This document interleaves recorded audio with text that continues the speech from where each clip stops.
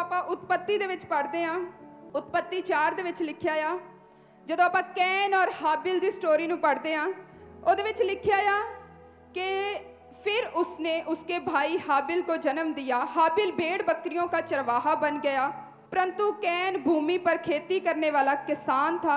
कुछ दिनों के पश्चात कैन यहोवा के पास भूमि की उपज में से कुछ भेंट ले आया।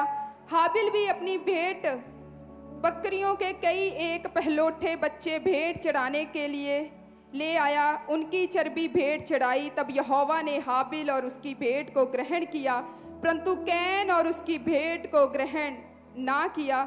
तब कैन अति क्रोधित हुआ और उसके मुंह पर उदासी छा गई। तब यहोवा ने कैन से कहा, तू क्यों क्रोधित हुआ? तेरे मुंह पर उदासी क्यों छा गई? यदि तू भला करे तो क्या तेरी भेंट ग्रहण ना की जाएगी? लास्ट समय मैं तुहानू दस्सिया सी पाप चमत्कार लैण तो रोकदा, डर एक व्यक्ति नू परमेश्वर तो ब्लैसिंग लैण लई रोकदा। बट अज मैं तुहानू दस्सण आई हां प्रेम दे विच ना होना, दूसरिਆਂ ਦੇ ਲਈ कड़वाहट रखनी मन दे विच, दूसरिਆਂ ਦੇ ਲਈ जैलस रखनी मन दे विच। दूसरा मेरे तो उत्तम क्यों कर रहा आ, दूसरा मेरे तो बेस्ट क्यों आ, ये जैलस तुहानू परमेश्वर तो चमत्कार लैण तो रोकदी आ। दूसरिਆਂ ਦੇ ਲਈ मन दे विच जैलस रखनी कि ये परसन मेरे तो बेहतर क्यों आ, ये लड़की मेरे तो सोहनी क्यों आ, इहने मेरे नाल इस तरह कीता, मैं अपने मन च इहदे लई कड़वाहट रखांगा, जैलस रखांगा, प्रेम नहीं करांगा। तुहानू पता प्रेम दूसरिਆਂ दे लई मन च ना रखना और वैर दे विच बने रहना तुहाडी लाइफ दे विच चमत्कार नू लैण तो रोकदा आ। इस वचन च लिखिया कि जदों हाबिल दी भेंट जिहड़ी आ ग्रहण कीती गई पर कैन दी भेंट ग्रहण नहीं कीती गई, तां कैन जिहड़ा सी ओह गुस्से दे नाल भर गया, ਉਹ जलन ਦੇ ਵਿੱਚ चला गया कि मेरी भेंट क्यों कबूल नहीं की गई, मेरी भेंट क्यों परमेश्वर ने कबूल नहीं की। और हाबिल दी भेंट जिहड़ी ਉਹ कबूल की गई आ और उसे जैलस दे करके उसे पाप दे करके ਉਹਨੇ हाबिल ਨੂੰ खत्म कर दिता, ਉਹਨੇ लाइफ ਦੇ ਵਿੱਚ पाप ਕੀਤਾ। ਤੁਹਾਨੂੰ पता जैलस एक व्यक्ति ਨੂੰ लाइफ ਦੇ ਵਿੱਚ पाप ਦੇ ਵਿੱਚ ਲੈ ਕੇ ਜਾਂਦੀ ਆ और ਜਦੋਂ पाप ਦੇ ਵਿੱਚ एक व्यक्ति चला ਜਾਂਦਾ आ ਉਹ व्यक्ति ਦੀ लाइफ श्रापित ਹੁੰਦੀ ਆ और वो व्यक्ति लाइफ दे विच उन्हां टेस्टमनीज़ नूं उन्हां गवाहियां नूं अपनी लाइफ दे विच नहीं लै पांदा। अज तुसीं वर्शिप करदे हो, अपने आप नूं खाली करके वर्शिप करो, अपने आप नूं फ्री करके दूसरिਆਂ दे लई मन दे विच नफरत ना रखदे होए तुसीं वर्शिप करदे हो। ये तुहाडी एक भेंट है जो परमेश्वर दे अगे तुसीं चढ़ांदे हो। तुसीं गवाहियां दे लई धन्नवाद करदे हो, ये परमेश्वर दे लई धन्नवाद दी भेंट है जो परमेश्वर दे लई तुसीं चढ़ांदे हो। तुसी परमेश्वर के भवन दे सेवा करते हो, ये परमेश्वर के लिए एक भेंट आ जो तुसी परमेश्वर नूं चढ़ाते हो। तुसी परमेश्वर के भवन दे आके सेवा करते हो, ड्यूटी करते हो, सुबह तो लेकर शाम तक बने रहते हो। पर अगर थोड़े मन दे विच दूसरिਆਂ दे लिए नफरत आ, कड़वाहट आ, जलन आ, प्रेम नहीं आ, तो वह भेंट तुहाडी ग्रहण नहीं की जाती। तुसी अपनी भेंट नूं परमेश्वर दे अगे बीज नूं बोंदे हो पर तुहाडे मन दे विच दूसरिਆਂ दे लिए जलन भरी हुई आ, दूसरिਆਂ दे लिए नफरत भरी हुई आ, तां ओह तुहाडी भेंट जिहड़ी आ कबूल नहीं हुंदी। लास्ट समय तुहानूं मैं पाप दे लिए दस्सिया सी, लास्ट समय मैं तुहानूं दस्सिया सी डर दे लिए दस्सिया सी, पर अज तो परमेश्वर ने कहा जैलस नहीं रखनी, क्योंकि जदों तुसीं इन्हां सारियां चीज़ां नूं फॉलो करोगे तां तुसीं अपनी लाइफ दे विच टेस्टमनी नूं लओगे।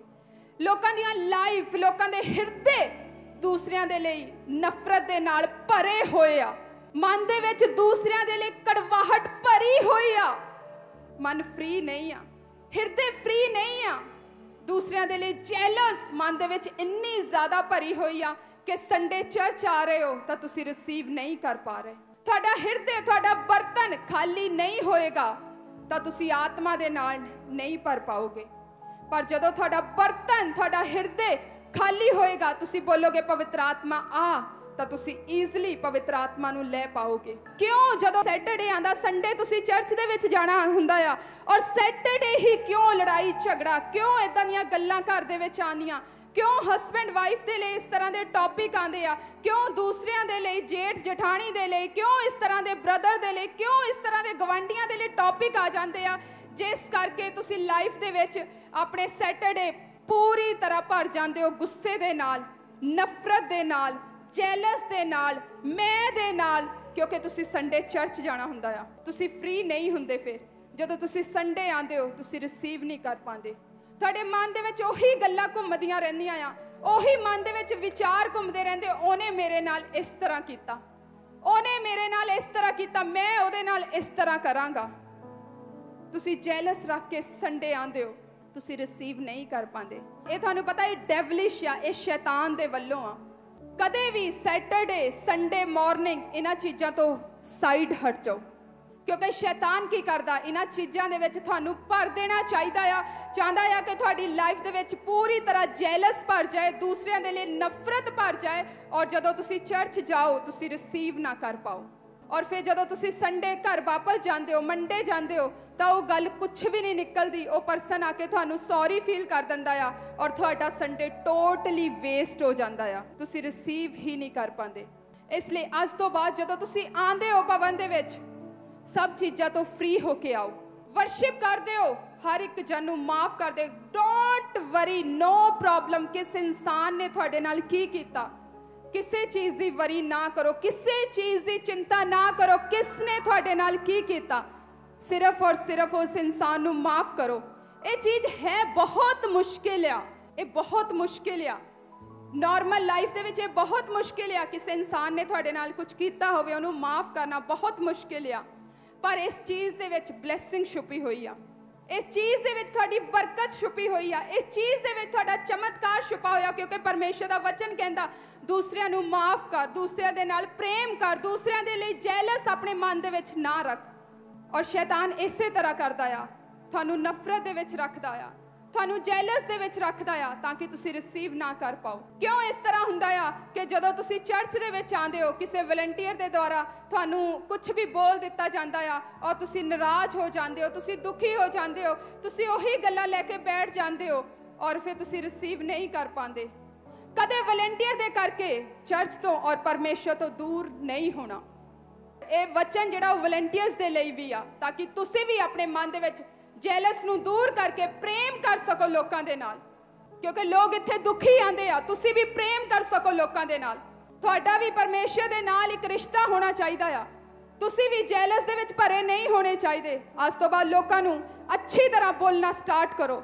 ਇਸੇ ਤਰ੍ਹਾਂ ਸ਼ੈਤਾਨ ਕਰਦਾ ਆ ਕਿ ਤੁਹਾਨੂੰ ਇੱਕ ਬਲੈਸਿੰਗ ਪਲੇਸ ਤੋਂ ਹਟਾ ਦਿੱਤਾ ਜਾਵੇ, ਕਿਉਂਕਿ ਅਸੀਂ ਲਾਈਫ ਦੇ ਵਿੱਚ ਉਹਨਾਂ ਬੈਕਸਲਾਈਡ ਲੋਕਾਂ ਨੂੰ ਦੇਖਦੇ ਜੋ ਸਾਨੂੰ ਪਰਸਨਲੀ ਮਿਲਦੇ ਆ, ਉਹਨਾਂ ਦੀ ਲਾਈਫ ਦੇ ਵਿੱਚ ਕੁਝ ਹੋਇਆ ਹੁੰਦਾ, ਬਾਅਦ ਵਿੱਚ ਦੱਸਦੇ ਮੈਨੂੰ ਇਸ ਕਰਕੇ ਮੈਂ ਪ੍ਰਭੂ ਦੀ ਹਜ਼ੂਰੀ ਤੋਂ ਦੂਰ ਹੋਇਆ, ਔਰ ਮੇਰਾ ਇੰਨਾ ਸਮੇਂ ਜਿਹੜਾ ਉਹ ਵੇਸਟ ਹੋ ਚੁੱਕਾ ਆ। ਮੈਂ ਚਾਹੁੰਦੀ ਸ਼ੈਤਾਨ ਤੁਹਾਡਾ ਸਮੇਂ ਕਿਸੇ ਦੇ ਦੁਆਰਾ ਵੇਸਟ ਨਾ ਕਰ ਸਕੇ, ਸ਼ੈਤਾਨ ਤੁਹਾਡੀ ਲਾਈਫ ਦੇ ਵਿੱਚ ਤੁਹਾਨੂੰ ਚਮਤਕਾਰ ਲੈਣ ਤੋਂ ਰੋਕ ਨਾ ਸਕੇ। ਇਸ ਲਈ ਅੱਜ ਤੋਂ ਬਾਅਦ ਪ੍ਰੇਮ ਦੇ ਨਾਲ ਜਦੋਂ ਵਰਸ਼ਿਪ ਕਰਦੇ ਹੋ, ਬਿਲਕੁਲ ਫ੍ਰੀ ਤੁਸੀਂ ਹੋਣੇ ਚਾਹੀਦੇ ਆ। ਜਦ ਤੁਸੀਂ ਟੈਸਟਮਨੀ ਨੂੰ ਸੁਣਦੇ ਹੋ, ਤੁਸੀਂ ਫ੍ਰੀ ਹੋਣੇ ਚਾਹੀਦੇ ਆ। ਕੋਈ ਮਨ ਦੇ ਵਿੱਚ ਬੋਝ, ਕੋਈ ਮਨ ਦੇ ਵਿੱਚ ਕਿਸੇ ਦੇ ਲਈ ਨਫ਼ਰਤ, ਜੈਲਸ ਤੁਹਾਡੇ ਮਨ 'ਚ ਨਹੀਂ ਹੋਣਾ ਚਾਹੀਦਾ। ਜਿਸ ਤਰ੍ਹਾਂ ਆਪਾਂ ਮੱਤੀ ਦੇ ਵਿੱਚ ਪੜ੍ਹਦੇ ਹਾਂ, ਜਦੋਂ ਮੱਤੀ ਦੇ ਵਿੱਚ ਆਪਾਂ ਪੜ੍ਹਦੇ ਹਾਂ 5:24 ਦੇ ਵਿੱਚ ਉਹਦੇ ਲਿਖਿਆ, परमेश्वर ने कहा तो अपनी भेंट वहीं वेदी के सामने छोड़ और जाकर पहले अपने भाई से मेल मिलाप कर तब आकर अपनी भेंट चढ़ा। मीनस जदों तुसी वर्शिप ले आंदे हो, जदों तुसी परमेश्वर दे भवन दे विच आंदे हो, वर्शिप करदे हो, टेस्टमनीज दे लिए खुदा दा धन्नवाद करदे हो, तुसी फ्री होने चाहिए हो।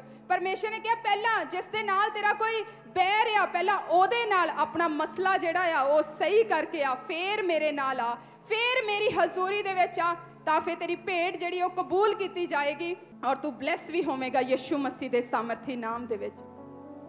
ਜਦੋਂ ਆਪਾਂ ਦਾਊਦ ਦੀ ਸਟੋਰੀ ਨੂੰ ਪੜ੍ਹਦੇ ਹਾਂ, ਜਦੋਂ ਦਾਊਦ ਨੇ ਗੋਲੀਅਤ ਨੂੰ ਮਾਰਿਆ ਤਾਂ ਬਾਈਬਲ 'ਚ ਲਿਖਿਆ ਆ, ਜਦੋਂ ਲੋਕ ਕਹਿਣ ਲੱਗੇ ਸ਼ਾਉਲ ਨੇ ਤਾਂ ਹਜ਼ਾਰਾਂ ਨੂੰ ਔਰ ਦਾਊਦ ਨੇ ਲੱਖਾਂ ਨੂੰ ਮਾਰਿਆ, ਔਰ ਬਾਈਬਲ 'ਚ ਲਿਖਿਆ ਸ਼ਾਉਲ ਕ੍ਰੋਧਿਤ ਹੋਇਆ, ਉਹਦਾ ਮਨ ਕ੍ਰੋਧ ਦੇ ਨਾਲ ਭਰ ਗਿਆ ਕਿ ਕਿਉਂ ਦਾਊਦ ਨੂੰ ਇਸ ਤਰ੍ਹਾਂ ਕਿਉਂ ਕਿਹਾ ਗਿਆ, ਉਹਨੇ ਲੱਖਾਂ ਨੂੰ ਮਾਰਿਆ।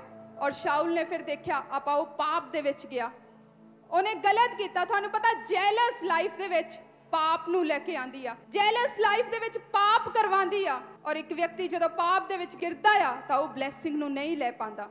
इसलिए तुसी फ्री होने चाहिए आ। मैं थानू ये वचन इसलिए दस्सण आई आ ताकि तुसी अपने उस कटोरे नू जो जो दूसरियां दे लिए जैलस दे नाल प्रेम ना होण दे नाल भरिया होया आ, तुसी अपने उस कटोरे नू खाली कर सको और तुहाडा कटोरा पवित्र आत्मा दे नाल भर सके और तुसी पवित्र आत्मा दे नाल भर के परमेश्वर दी सेवा कर सको यीशु मसीह दे सामर्थी नाम दे विच। जदों तुहाडा कटोरा खाली होएगा तुसी रिसीव कर पाओगे यीशु मसीह दे सामर्थी नाम च। ਜਦੋਂ ਨਫ਼ਰਤ ਜੈਲਸ ਨਹੀਂ ਹੋ ਪਾਏਗੀ। ਅੱਜ ਜਦੋਂ ਤੁਸੀਂ ਇਸ ਚੀਜ਼ਾਂ ਨੂੰ ਹੁਣ ਤੁਸੀਂ ਪ੍ਰਾਰਥਨਾ ਕਰੋਗੇ, ਅਗਰ ਕਿਸੇ ਦੇ ਲਈ ਮਨ ਦੇ ਵਿੱਚ ਜੈਲਸ ਆ ਕਿ ਹਾਂ ਉਹਨੇ ਮੇਰੇ ਤੋਂ ਅੱਛਾ ਕੰਮ ਕਿਉਂ ਕਰ ਦਿੱਤਾ, ਮੈਂ ਤਾਂ ਉਹਦੇ ਲਈ ਕੋਈ ਯੁਕਤੀ ਬਣਾਉਣਾ ਆ, ਮੈਂ ਤਾਂ ਉਹਨੂੰ ਕਿਸੇ ਨਾ ਕਿਸੇ ਤਰ੍ਹਾਂ ਡਾਊਨ ਕਰਦਾ ਆ। ਕਿਉਂ ਦੂਸਰਿਆਂ ਦੇ ਲਈ ਜੈਲਸ ਮਨ ਦੇ ਵਿੱਚ ਆ, ਕਿਉਂ ਦੂਸਰਿਆਂ ਦੇ ਲਈ ਨਫ਼ਰਤ ਮਨ ਦੇ ਵਿੱਚ ਆ। ਯਿਸੂ ਮਸੀਹ ਨੇ ਜਦੋਂ ਆਪਾਂ ਪੜ੍ਹਦੇ ਹਾਂ, ਯਿਸੂ ਮਸੀਹ ਦੇ ਵਚਨ 'ਚ ਲਿਖਿਆ कि यीशु मसीह नू जदों पकड़वाया जाना सी, बाइबल च लिखा है कि वह अपने लोगों से जो जगत में था जैसा प्रेम वह रखता था अंत तक वह वैसा ही प्रेम रखता रहा। बाइबल च लिखा जदों यीशु मसीह ने अपने चेलियां दे पैर नू धोता, सब कुछ यीशु मसीह दे अधिकार दे विच सीगा, पर परमेश्वर दे वचन च लिखा यीशु मसीह अंत तक उसे तरह दा ही प्रेम करता रहा। यीशु मसीह नू पता भी सी यहूदा इस्करियोती मैनू पकड़वान वाला आ, पर फिर भी बाइबल च लिखा यीशु मसीह जिस तरह दा प्रेम पहला करते सी अपने लोगों नू, अपने चेलियां नू, उसे तरह दा ही वो प्रेम रखता रहा। उन्होंने पता भी सी, अज लोगों नू अगर पता है मेरे नाल इस तरह करता है, डोंट वरी, चिंता ना करो, क्योंकि तुहाडा न्याय करने वाला परमेश्वर आ। तुसी अपने मन दे विच कोई नफरत ना रखो, तुसी अपना मुकदमा परमेश्वर दे अगे रखो, क्योंकि परमेश्वर दा वचन कहंदा आ मेरे अगे अपना मुकदमा रख, क्योंकि न्याय करने वाला परमेश्वर मैं आ। माफ करना सीखो, जैलस मन दे विचों कड्डो, प्रेम करना सीखो। जदों तुसी प्रेम दे विच रह के काम करोगे, सेवा करोगे, प्रेम दे विच लाइफ नू चलोगे, तां तुसी अद्भुत रीति नाल ब्लैस होवोगे और तुसी पहला दे नालों उत्तम कर पाओगे यीशु मसीह दे सामर्थी नाम दे विच।